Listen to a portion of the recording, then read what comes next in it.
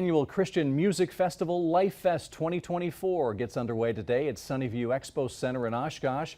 The event features live music and seminars, all in what organizers call a party with a purpose. In a First Alert update, Jamal James took a walk around the grounds to learn why people attending the festival say it's so important to them.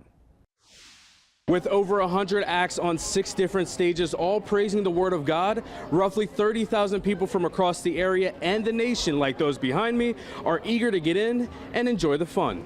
This music festival aims to instill hope in younger generations by coming together and sharing their faith. For Chris Tecklin, this is his 3rd time here. He says his journey has been a struggle getting to this point, but he couldn't be happier spending time with family and celebrating his faith. All my kids are going to be here, and my 2 oldest have never been to church. Like, I took communion with my oldest daughter last night at Mill City in Nina. It was like an amazing experience.